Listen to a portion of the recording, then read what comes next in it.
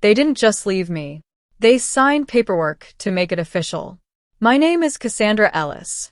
I'm 28 years old, and for 15 years I carried the weight of a night I never fully understood. A dark porch, 2 black garbage bags, and a child's mind trying to calculate what she'd done wrong. Last Thursday, I sat inside a glass-walled conference room on the 42nd floor of a Seattle high-rise while an estate attorney named Patricia Caldwell broke the seal on a document my adoptive father had spent months preparing. My biological parents were seated along the far wall. My mother, Renee, in a black dress with a pearl necklace she'd bought for the occasion. My father, Gerald, in a suit that no longer fit him, and their attorney, a silver-haired man named Douglas Crane, who carried a briefcase that probably cost more than my first month's salary. They came expecting to walk out with half of a $23 million estate. They came with lawyers and entitlement and all that practiced grief people wear when they're performing loss instead of feeling it. But before Patricia Caldwell reached Clause 7, every expression in that room would change. And by the time she finished reading, my mother, the woman who once stood in a doorway and told me I was no longer her daughter, would be standing alone in a hallway outside, abandoned by her own attorney, with no plan and no claim and nothing left to say. Before I tell you exactly what happened, if this story is landing for you, if you've ever had to rebuild yourself after the people who should have protected you didn't, take a second to subscribe. But only if it genuinely connects. Drop a comment and tell me where you're watching from. Tell me what time it is there. Now let me take you back to the summer that started all of this. I grew up in a small house on the east side of Portland, Oregon. The kind of neighborhood where houses sit close together and everyone can hear everyone else's arguments through the walls. My father, Gerald Ellis, worked as a line supervisor at a distribution center east of the city. My mother, Renee, managed the front desk at a dental office and ran our household with the authority of someone who had decided long ago exactly how the world should be organized and exactly where each person inside it belonged. My sister, Vanessa, was 2 years older than me. She had our mother's coloring, pale skin, light hazel eyes, a laugh that came easily and loudly in ways our mother approved of. I took after our late paternal grandmother. Dark hair, brown eyes, a quietness that Renee always seemed to find vaguely suspicious. Growing up, I told myself the differences were small. A sharper birthday, a better gift, a name on the cake versus a generic one from a canceled order. Children lie to themselves about these things because the alternative is unbearable. It wasn't until I was 12 that I stopped lying. That was the year I discovered Vanessa had a college savings account. 8 years of deposits. Thousands of dollars. Asked my mother why I didn't have one.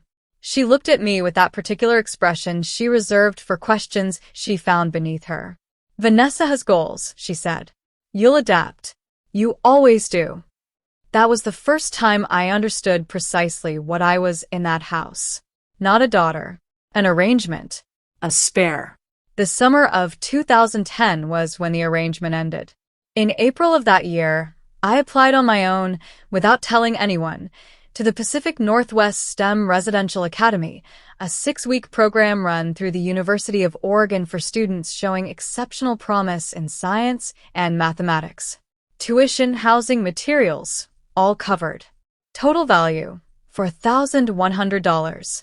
Out of over 2,000 applicants across the state, 50 were selected. On May 18th, I got the letter. I held it in the driveway for 5 minutes before I let myself believe it.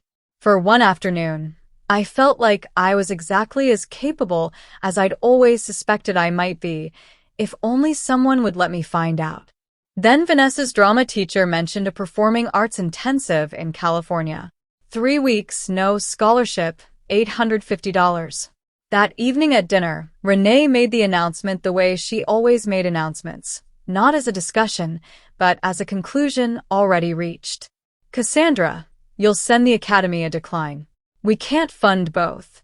Vanessa's program supports her college track. I stared at my fork. The words came out before I could stop them.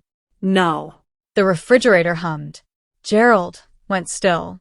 Renee's eyes narrowed the way they did when someone in a store tried to return something past the deadline. Excuse me?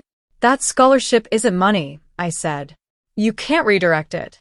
I earned that spot. It's mine. My mother looked at me for a long moment. Then she said, very quietly, if you won't sacrifice for this family, then you're not part of this family. I thought she was angry. I didn't understand she was making a promise. 3 days later, I came home from the public library to find 2 black garbage bags on the front porch. My bedroom had been emptied into them. Renee stood in the doorway with her arms crossed. She didn't look angry. She looked like someone who had completed an unpleasant errand. I've already called your Uncle Raymond, she said. He's driving from Seattle. You'll be his problem now. Uncle Raymond. Raymond Cole, my mother's older brother, a man I'd met at holidays and seen maybe a dozen times in my life. A man who had built a commercial real estate company from a single office building and 16-hour workdays. A man I barely knew. I stood on that porch while the evening got dark. I didn't knock. I didn't call out. I sat on those garbage bags and pulled my knees to my chest and waited. Gerald passed once behind the front window. He didn't look out. Vanessa's face appeared briefly in the upstairs curtain, then disappeared back into the shadows of her room. She didn't come down. At 10 o'clock at night, a gray sedan pulled into the driveway. Raymond Cole got out, walked up to the porch, looked at me sitting there in the dark, and put his arms around me without saying a word. When he finally spoke, his voice was steady. You have a home now, he said. That's the only thing that matters tonight. As we drove north through the darkness toward Seattle, I didn't know that my mother had signed a legal document before Raymond left. I didn't know what it said. I was a 13-year-old girl staring at highway lights, trying to understand what she had done to deserve any of this. It would take 15 years for that document to reappear. And when it did, it would end everything my mother thought she was owed. Raymond Cole's house in Seattle's Wallingford neighborhood was modest. Narrow front yard, a spare bedroom with a window facing east, bookshelves he'd built himself lining the hallway. But it was the first place in my life where I felt the specific warmth of being genuinely wanted. Raymond wasn't performing fatherhood. He just did it. He showed up to parent-teacher conferences. He read my essays and asked real questions. He bought me a graphing calculator because I'd mentioned in passing that mine at school was shared. Over the next 4 years, I poured myself into becoming someone equal to his belief in me. I graduated from Lincoln High School in 2014 as valedictorian. 4.0 unweighted GPA. President of the Math and Science Club. A partial scholarship to the University of Washington's Foster School of Business. By 2018, I had my bachelor's in finance, graduating summa cum laude. Raymond had been giving me internship hours at Cole Property Holdings since my sophomore year, data entry at first, then lease analysis, then tenant relations, then actual portfolio assessments. By 2019, after 18 months at a regional accounting firm I'll call Farrow & Associates, I had my CPA certification. Raymond offered me the controller position the following year. In 2021, I became CFO. On my 26th birthday, I was managing a portfolio of 11 commercial properties with a combined assessed value of $22 million. Raymond emailed me that afternoon. I still have it. The subject line read, "To my daughter." The message said, "You have never needed me to save you. You only needed somewhere safe to become yourself. Happy birthday, Cassandra." In 15 years, my biological family contacted me exactly 3 times. The first was 2012. Renee called Raymond's phone, not mine, to ask for $6,000. Gerald had lost his job. Surely Raymond could help his own sister's family. Raymond declined. He told me about it the next morning, jaw tight. "They didn't ask about you once," he said.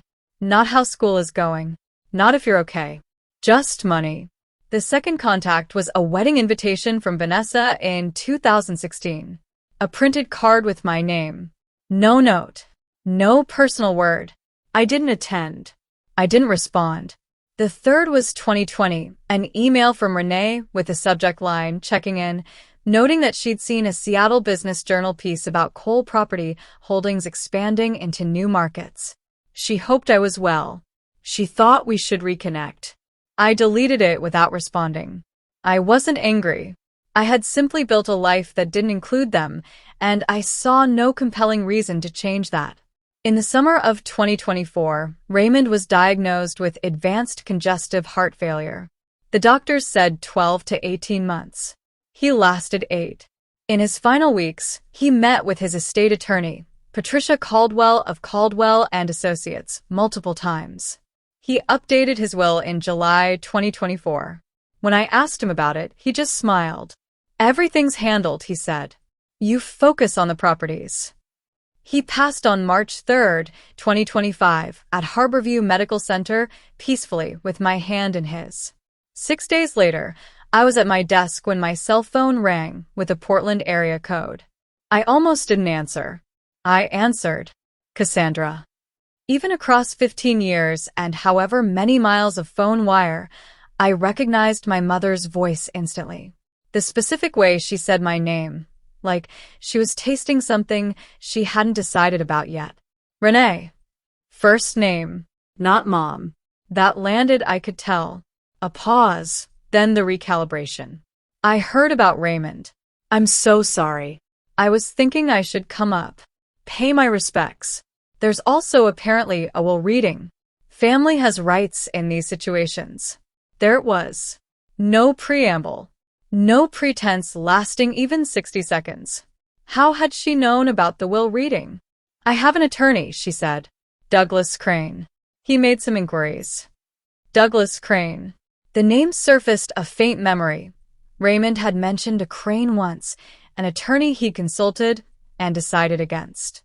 I called Patricia Caldwell the next morning. She confirmed everything. Renee and Gerald had retained Douglas Crane and filed a formal challenge to the will on grounds of undue influence, alleging that I had isolated Raymond in his final months and manipulated him into changing his estate plan. They were also demanding attendance at the will reading as immediate family members of the deceased.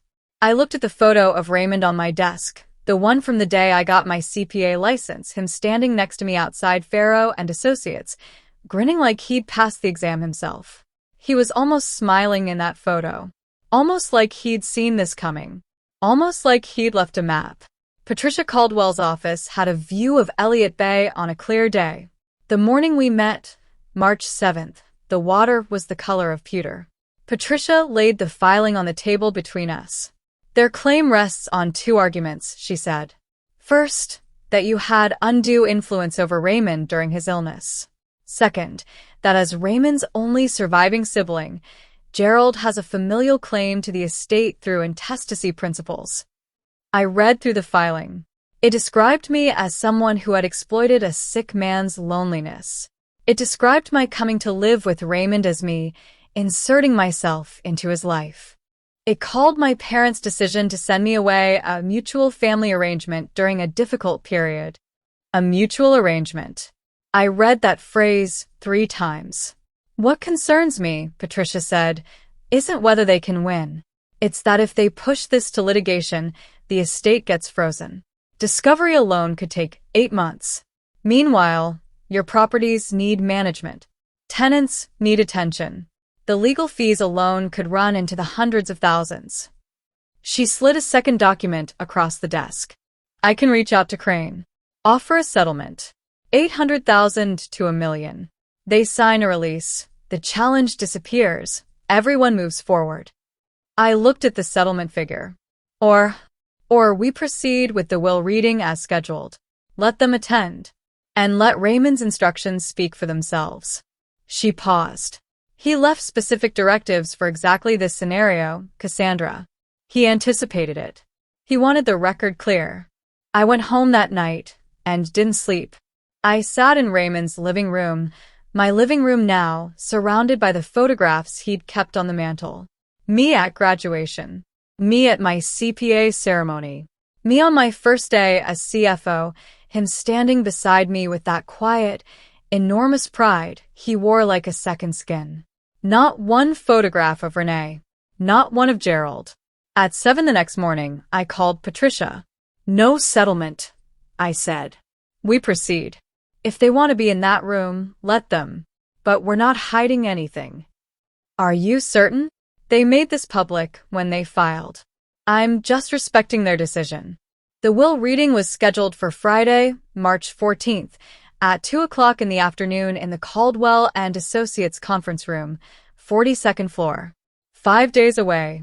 I spent those days preparing with my closest friend, Miriam Santos, who had joined Cole Property Holdings 3 years earlier as operations director and was the only person outside Patricia's office who knew the full shape of my history. 43 emails, Miriam said, looking up from her laptop on Wednesday evening. 43 emails from Raymond to you over 9 years. He documented everything, your progress, his pride, his reasons for breaking from Gerald. The emails told a story I hadn't fully known. In 2003, Gerald had borrowed $75,000 from Raymond. Written agreement. 5-year repayment plan. 22 years later, not $1 returned. That fracture had broken their relationship long before I ever arrived in Seattle. My presence hadn't divided two brothers. The division was already there, festering. Miriam also pulled the portfolio performance reports from my 3 years as CFO. Under my leadership, Cole Property Holdings had grown from $16.4 million to $22.1 million, a 35% increase in portfolio value. Occupancy averaged 97%. Tenant retention was the highest in company history. On Thursday evening, I sat in the office of my therapist, Dr. Angela Marsh. What are you hoping for? She asked. Not revenge, I said. Clarity. I want the record to say what actually happened. And if there's some satisfaction in that? She looked at me steadily. Justice can feel satisfying.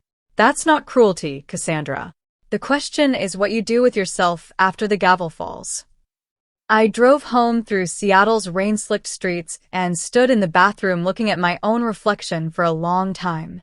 She no longer has any power over you, I told myself.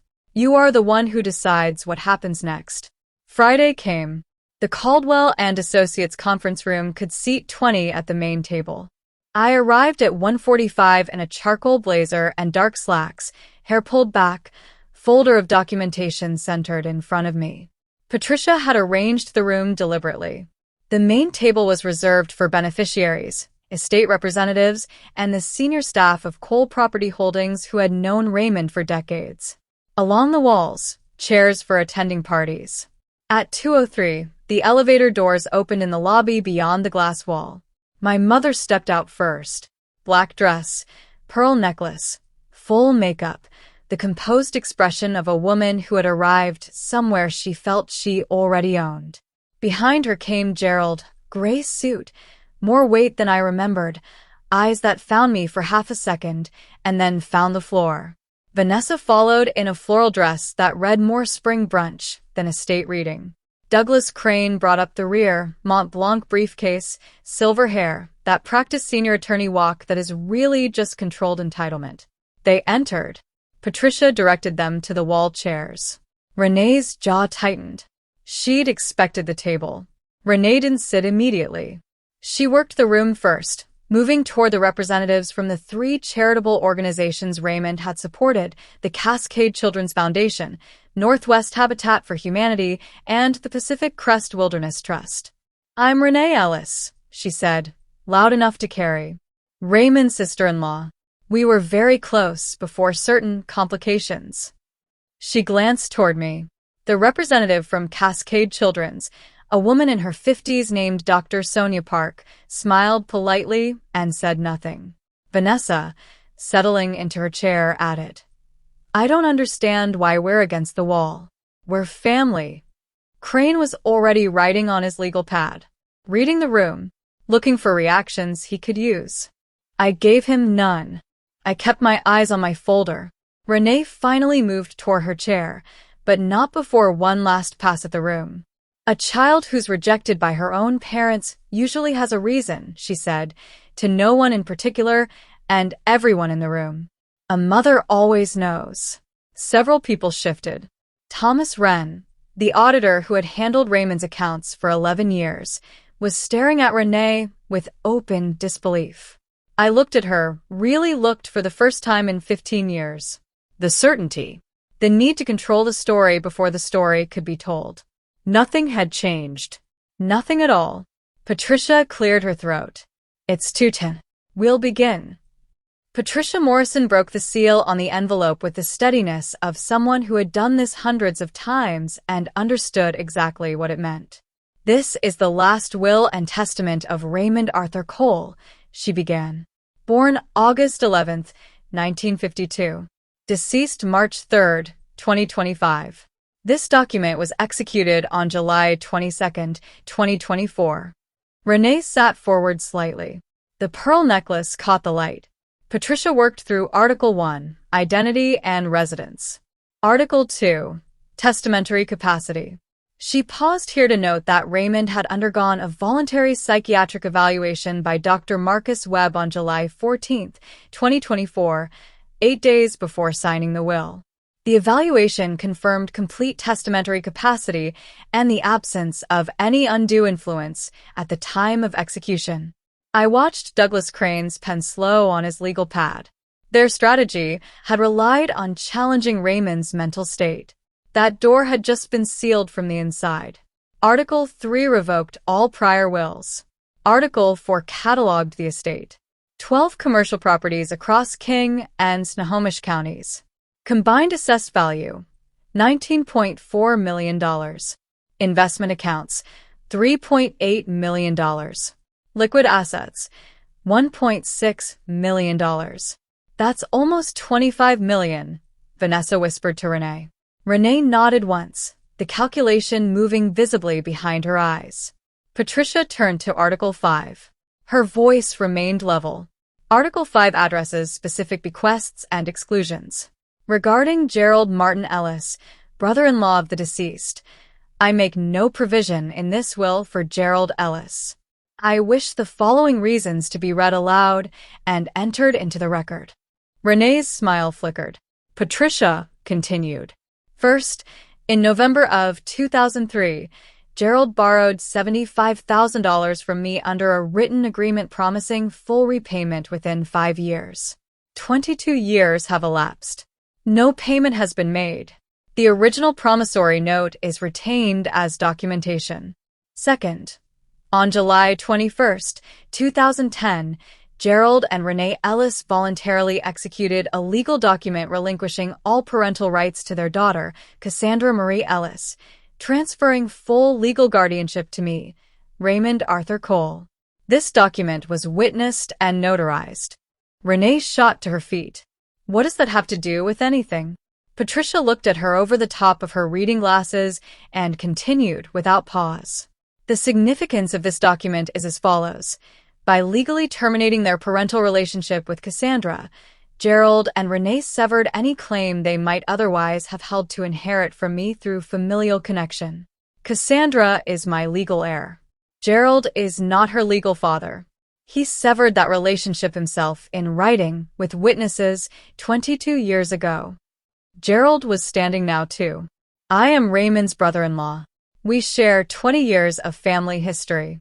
Crane grabbed Gerald's arm and pulled him back down, but the attorney's face had already gone the color of old ash. Patricia reached into her file and produced a document encased in a clear sleeve. For the record, the original voluntary relinquishment of parental rights is on file with King County Family Court. I have a certified copy available for any party to examine. She laid it on the table. Renee stared at it. She looked at that document the way people look at something they can't accept as real. She stared at it like she could unmake it with her eyes. She couldn't sit. She stood with her hands pressed flat against the fabric of her black dress and every careful thing she'd assembled for this room. The dress, the pearls, the composed expression of dignified grief came apart at the seams. She did this, Renee said. Her voice rose past the register she'd probably intended. She isolated Raymond. She turned him against his own family. She's been working this since she was a teenager. Dr. Sonia Park from the Cascade Children's Foundation looked profoundly uncomfortable. These people hadn't come for a family meltdown. Vanessa tugged at Renee's sleeve. Mom. People are watching. I don't care who's watching. Renee turned toward me, and something that had been building for 15 years was finally surfacing in her face. Not just anger, not just desperation, but the specific terror of someone whose story has stopped working. You took everything, she said. You came into his house, and you took everything that was ours. I set down my folder. I kept my voice at exactly the volume Patricia would have to lean forward slightly to hear. Uncle Raymond had taught me that the most powerful person in a negotiation never raises their voice. They make the room come to them. Renee, you put my belongings in garbage bags. You left me on a porch in the dark at 13 years old. Then you went inside and signed a legal document giving me away. The room went absolutely silent. That was your decision, I said. Not mine. Not Raymond's. Yours. Everything happening in this room today is the consequence of a choice you made on July 21st, 2010. I was a child. You were the adult. The paperwork was yours. Renee's mouth opened. Nothing came out. I looked at her steadily. I don't hate you, but I don't owe you anything either. You signed the papers to make sure of that. Patricia cleared her throat. If we may continue. I haven't yet read Clause 7. Renee didn't sit, but she stopped speaking. Crane's pen was moving furiously, though I couldn't imagine what strategy he thought could be salvaged now. Article 7 was the clause that would finish it. Patricia turned to page 14 of the will. She paused in the way people pause before something that matters. Then she read, Article 7, Designation of Sole Beneficiary. I hereby bequeath the entirety of my estate, all real property, investment accounts, liquid assets, and personal effects, to my legally adopted daughter, Cassandra Marie Ellis. Adopted. The word detonated. Renee went white, not pale. White. The kind of color that happens when blood leaves a face entirely. Adopted? Gerald's voice came out hoarse. Since when? Patricia answered with the same unbroken calm. Raymond Arthur Cole formally adopted Cassandra Marie Ellis on October 4, 2012, when she was 15 years old. The adoption was finalized in King County Family Court. As Gerald and Renee Ellis had already voluntarily relinquished their parental rights in 2010, no additional consent was required. Vanessa stared at me. You're not even legally related to us anymore? Not since Mom and Dad signed me away, I said. That was their choice, too. Patricia continued reading. Cassandra is not merely a beneficiary. She is my daughter in every way that matters, legally, practically, and in every sense that a father uses that word. She has worked alongside me, proven her character under pressure, and earned the right to continue what I built. There is no one more deserving of this trust. There is no one I love more. My throat closed. Raymond had never told me he'd written these words. He'd kept this for the room, for exactly this moment, knowing it might come. He'd planned for all of it. Renee was shaking her head. Slow, disbelieving. Like someone coming out of anesthesia and finding the world rearranged. Victor Douglas. Tell them this can't hold. Undue influence. He was ill. She was controlling his access to. Crane set his pen down. The first time his pen had stopped moving. Mrs. Ellis, he said quietly. Perhaps we should speak privately. No. Tell them we're contesting this. Tell them. Patricia turned her tablet around to face the room. Mr. Crane, before we proceed, you may want to address something. On the screen was an email thread. This is an email dated September 9th, 2022, from Raymond Cole to Douglas Crane. Subject, terminating services. Patricia read aloud. Douglas, I'm ending our professional relationship. Your repeated suggestion that I include Gerald Ellis in my estate plan despite his 2-decade history of financial exploitation and the cruelty shown to my daughter is something I am no longer willing to tolerate. I have engaged new counsel. She looked up at Crane. You previously represented Raymond Cole. You were terminated because you advocated for Gerald Ellis's interests against your own client's clearly stated wishes. You subsequently accepted this case against Raymond's estate without disclosing that conflict of interest to your current clients. The room was very still, the kind of still that happens when everyone understands something has broken beyond repair. Renee turned to look at Crane. You told me we would win. He didn't answer. He was already standing, gathering the Mont Blanc briefcase with hands that weren't quite steady. I need to review the documentation, he said. His voice had lost its finish. He moved toward the door. Douglas. Renee's voice rose. Douglas, where are you going? The door closed behind him with a soft, final click. Renee stood in the silence that followed, abandoned by her own attorney in a room full of witnesses, with no case, no claim, and no strategy left. Gerald hadn't spoken in 10 minutes. He sat in his wall chair with the posture of a man who had followed someone else's lead off the edge of something very high and only just now understood the ground was close. Vanessa had stopped performing. She was just sitting, eyes down, hands in her lap. Renee looked at me one final time, and something I had never once expected to see moved across her face. Not the calculated grief of a woman working an angle, but something rawer and older. Something that might have been the first real thing she'd shown in that room. Her voice broke slightly. Cassandra. Sweetheart. We're still blood. We can work through this. Surely we can find some way to... I stood. I gathered my folder. I looked at her. You stopped having the right to call me sweetheart on July 21st, 2010, I said. You chose that. I'm going to ask you to respect it. I turned to Patricia. Can we proceed with the remaining articles? Patricia nodded. Renee sat down. She didn't say another word for the rest of the reading. The remaining articles of the will were read in full.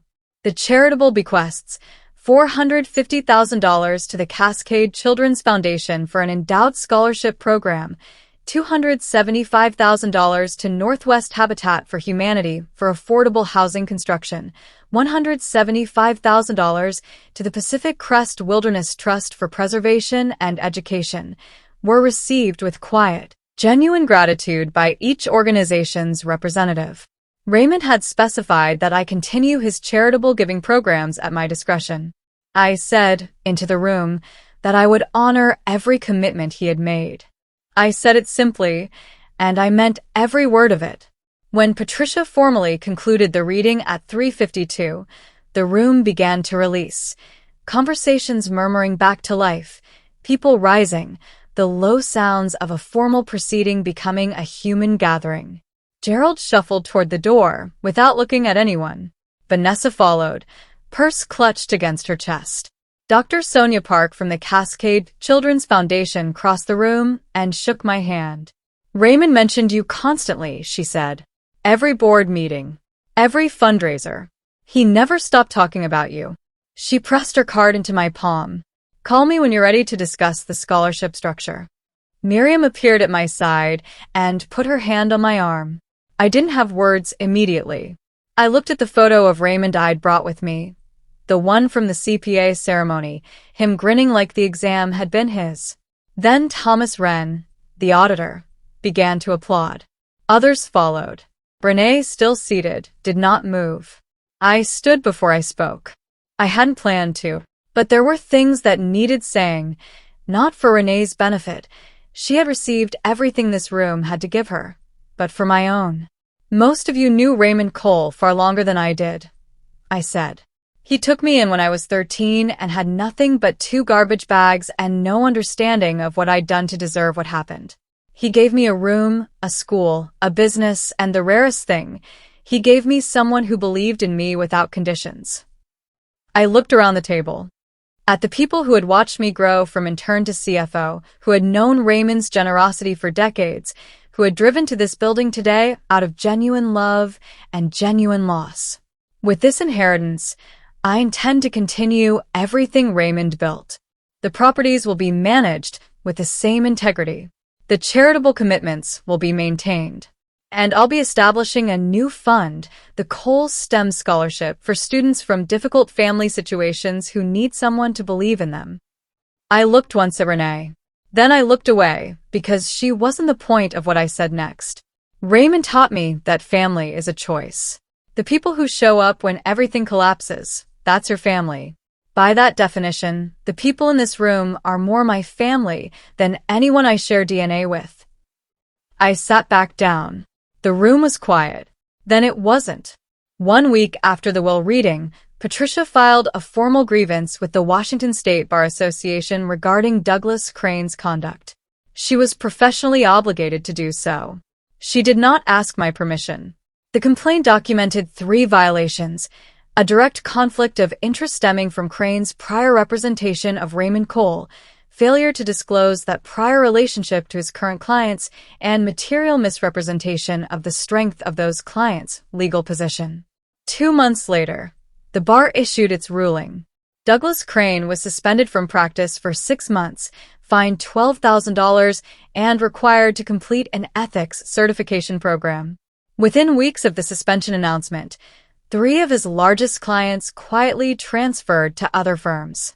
The ripple cost his practice an estimated $180,000 in annual revenue. Miriam asked me once if that satisfied me. I told her the truth. I hadn't done anything to Douglas Crane. He had done it to himself. He had taken a case he knew was ethically compromised, kept his prior relationship secret from people who were paying him to be honest, and bet that momentum and intimidation could substitute for merit. Some people construct their own consequences with exquisite precision. You just have to be close enough to see the structure complete. 3 weeks after the will reading, an email arrived from Renee. The subject line was, "Please read." She acknowledged in careful, vague language that she had made mistakes when I was young. She blamed circumstances, financial pressures, stress, a difficult period that got away from them. She said she was not asking for money. She said she was asking for a chance to make things right. She ended by saying that blood doesn't disappear because of legal papers, that she was still my mother and nothing could change that. I read it 3 times. Then I called Dr. Marsh and read it to her over the phone. "What do you notice?" Angela asked. I thought about it. She admits mistakes without naming them. She offers circumstances as explanation. She says she's not asking for money, but frames everything around what we could work out. And she still calls herself my mother. She signs it Mom. What do you want to do? I took 2 days. My response was 4 sentences. Renee, I read your email. I forgave you a long time ago for my sake, not yours. But forgiveness and relationship are different things. Please don't contact me again. She didn't reply. I felt no guilt. I felt only the specific, hard-won clarity that comes when you stop pretending a door might still open. 2 months after the will reading, a letter arrived. Handwritten.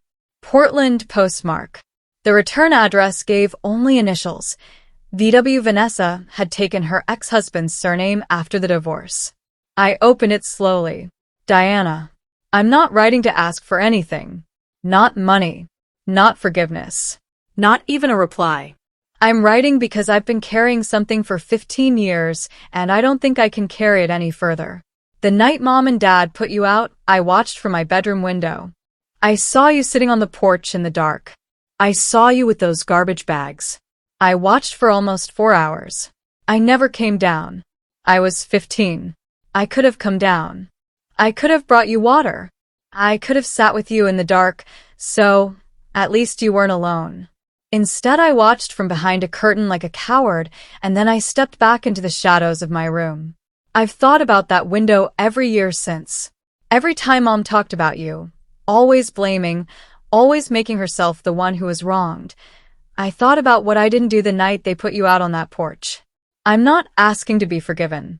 I'm not asking for anything. I just couldn't let another year go by without telling you that I know what I did was wrong. You deserved better from your sister. Whatever you decide to do with this letter, I understand. Vanessa. I read it 4 times. It was the first honest thing anyone from my biological family had ever said to me without wanting something in return. I didn't write back immediately. I needed to understand what, if anything, I actually wanted. Not what would look generous. Not what would perform well as a chapter ending. What I genuinely wanted. The answer surprised me. I didn't want to close that door entirely. Her letter had been the first acknowledgement that stood on its own. No deflection, no request, no money mentioned. Just accountability.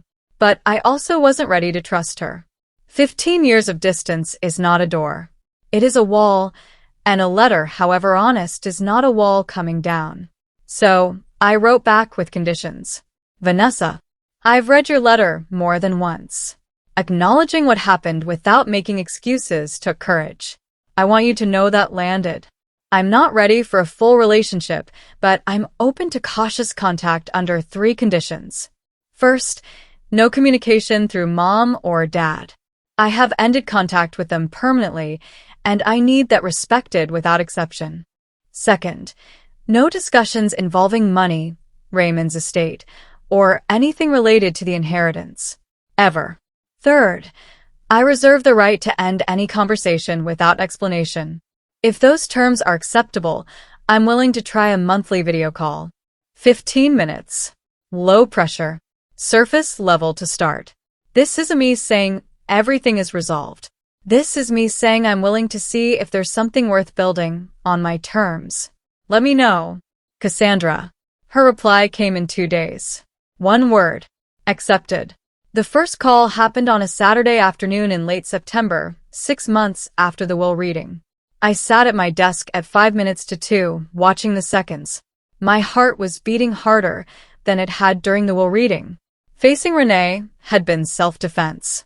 This was something else entirely, a choice to be vulnerable with someone who had hurt me and then told me the truth about it. The call connected. Vanessa's face filled the screen. Less made up than she'd been at the will reading. Tired in a way that had nothing to do with the morning, but somehow more real. I wasn't sure you'd actually answer, she said. I almost didn't. Something broke loose in both of us at once. We kept it light, her nail technician certification, her 2 kids whose names I learned that day, Marcus, 7, and Layla, 5, my work, Seattle weather, the easy and impersonal things. At 14 minutes, I said we should wrap up. She stopped me. Thank you, she said. You didn't have to give me anything. This is step 1, I told her. We'll see where it goes. We scheduled another call for the following month. After I hung up, I sat in the quiet for a long time. I didn't know if Vanessa and I would ever have anything resembling a real relationship. Maybe we would stay in this tentative space indefinitely, 2 people feeling cautiously around the edges of something too old and too complicated to simply name. But I was the one deciding what happened next. That power was worth more than any inheritance. March 14th, 2026. Exactly 1 year since the will reading. I stood outside a 3-story commercial building on Capitol Hill, the first property Raymond Cole ever purchased, back in 1986, when he was 33 years old and had barely enough for a down payment and a full conviction that he could build something real. The building had been renovated over the fall. New windows, updated systems, fresh landscaping out front. Today I was here for something different. A bronze plaque had been mounted beside the main entrance, the Raymond A. Cole Building, in memory of a man who chose love over blood. 1952 to 2025. I put my fingers on the letters of his name and held them there for a moment. Cold metal, warm afternoon. In the year since the will reading, Cole Property Holdings had grown by 14%, portfolio value now at $25.2 million. Occupancy across all properties remained above 96%. We had acquired 2 new buildings and renovated 3 existing ones. The Cole STEM Scholarship had awarded its inaugural grants, 6 students, each from a difficult family situation, each receiving full funding for summer programs in science and mathematics. Dr. Sonia Park had helped select the recipients. Vanessa and I still talked monthly. The conversations had gotten easier. We'd moved from 15 minutes to 30. I'd seen pictures of Marcus and Layla. She'd seen pictures of my apartment. We weren't sisters in the traditional sense, and maybe we never would be. But we were something. Renee and Gerald had stopped trying to contact me. I didn't know what their lives looked like now, and I found that I genuinely didn't need to. Miriam walked up beside me and studied the plaque. "You okay?" she asked. I considered it carefully. "I'm peaceful," I said. "That's better than okay." Raymond had taught me that family is a choice. The people who find you in the dark and drive 3 hours and say nothing at first except that you have a home now, those are your family. He had chosen me when no one else did. And I had spent 15 years becoming someone worthy of that choice. If I look at my own story through any honest lens, what I see is this: the worst thing that ever happened to me. 2 garbage bags on a dark porch, a woman in a doorway, a little girl who didn't know why she wasn't enough, was also the beginning of everything I became. Not because suffering is secretly a gift. It isn't. It costs too much and takes too long and leaves marks that don't fully disappear. But because once someone chooses to believe in you, truly, unconditionally, without an agenda, you discover that you were capable all along. You just needed somewhere safe to find out. The sky over Seattle had cleared for the first time in 2 weeks. Standing in front of that plaque, I could see all the way to the mountains. Raymond always said the mountains were proof that some things are built to last. Thank you for staying with me through all of this. If any part of this story reached something in you, if you've ever had to find your own worth after someone tried to decide it for you, I hope you know you are not alone. And I hope you know that the people who walked away from you did not determine your value. They only determined theirs. If you'd like to hear more stories like this one, subscribe and hit the notification bell. Until next time, take care of yourself. You're worth it.